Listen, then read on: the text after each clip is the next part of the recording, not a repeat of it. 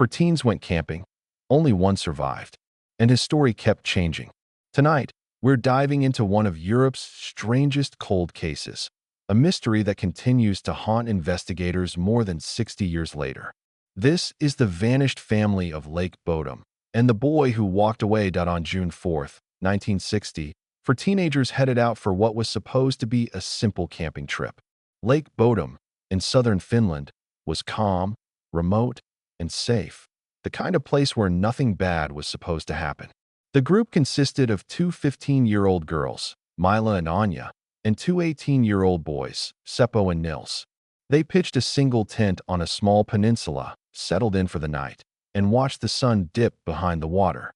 That peaceful summer evening was the last moment of normalcy any of them would ever experience. Sometime between 4 a.m. and 6 a.m., the quiet was shattered. What happened next remains disputed, but investigators later reconstructed a chilling scene. Someone, or something, approached the tent while the teens were sleeping. The tent was slashed open from the outside, violently and quickly. The attacker never stepped inside. Instead, they stabbed downward through the canvas, blindly striking whoever lay beneath. It was chaotic, frenzied, and deeply personal. When morning came, a group of birdwatchers discovered the horrific aftermath. 3 of the teenagers were dead. The 4th, Nils, was found lying on top of the collapsed tent, badly injured and covered in blood. His jaw was broken. He had a concussion. His wounds looked severe, but strangely, not severe enough to explain everything that happened. The victims had been beaten, stabbed, bludgeoned with a rock. Mila, in particular, had wounds that suggested overkill. What truly disturbed investigators, though, was that several of the victims' personal belongings were missing.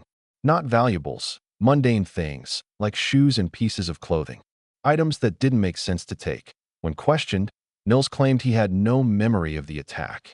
According to him, he had been asleep, then woke up injured, unable to recall the killer's face, their voice, or their motive.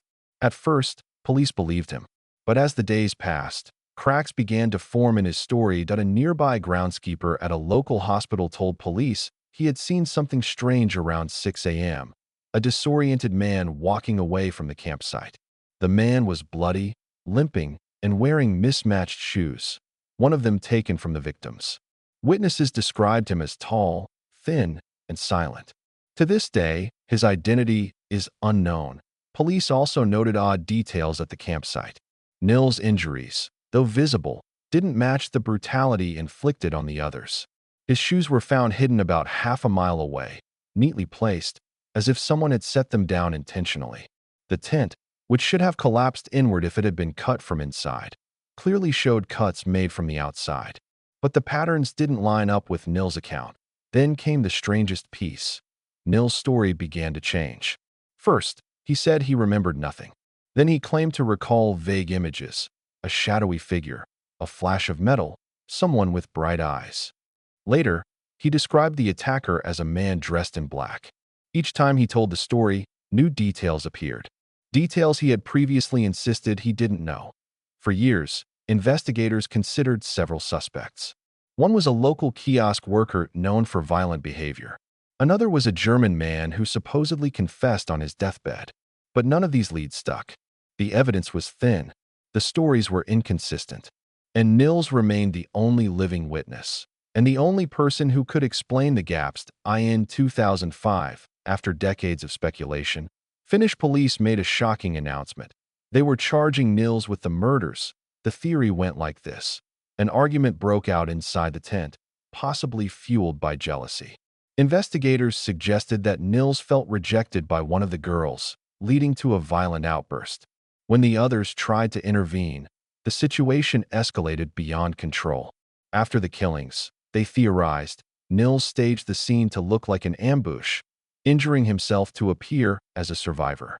The missing items? According to prosecutors, they were discarded later to create confusion, but there were problems. Big ones. First, the murder weapons were never found. Second, the forensic evidence was old and incomplete.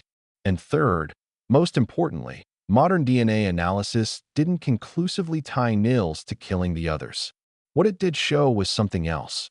blood from multiple victims was found on the shoes that had been placed far from the campsite. The same shoes witnesses saw on the mysterious man walking away. Once this evidence came out, the case collapsed. In 2007, Nils was acquitted. Fully. He walked out a free man, legally exonerated. But even today, many investigators don't agree on what happened that night. Some believe Nils truly suffered memory loss and was simply trying to recall fragments under pressure. Others think the true killer was the unidentified man spotted near the lake. A drifter, a fugitive, or someone living off the grid who vanished as quickly as he appeared. Some suggest the murders were random. Others argue they were targeted. What makes this case so haunting is that every theory makes sense until it doesn't. Why attack through the tent instead of entering it? Why take shoes but leave valuables? Why did Nils survive despite being closest to the attacker? Why did he remember nothing at first, then suddenly remember pieces later? Was it trauma or fear? To this day, the Lake Bodom murders remain officially unsolved. The surviving families never received closure, and the questions have only grown stranger with time. The scene, the evidence, the witness accounts, everything feels like part of a puzzle with one crucial piece missing. A piece that might have been lost forever in the early morning fog over Lake Bodom. Cases like this linger because they challenge our sense of what's knowable. They remind us that even with eyewitnesses, even with modern forensics, some truths slip through the cracks. And sometimes, the only person who really knows what happened is the one who was never able, or willing, to tell the full story. If you enjoy real unsolved mysteries, strange disappearances, and cases that still puzzle investigators decades later, make sure you subscribe for more. There are countless stories like this one, stories without endings, stories that keep us up at night, wondering what really happened when the world wasn't watching. Because sometimes, the scariest mysteries aren't supernatural at all. They're the ones that could have happened to anyone, anywhere, even on a peaceful lake under the midnight sun.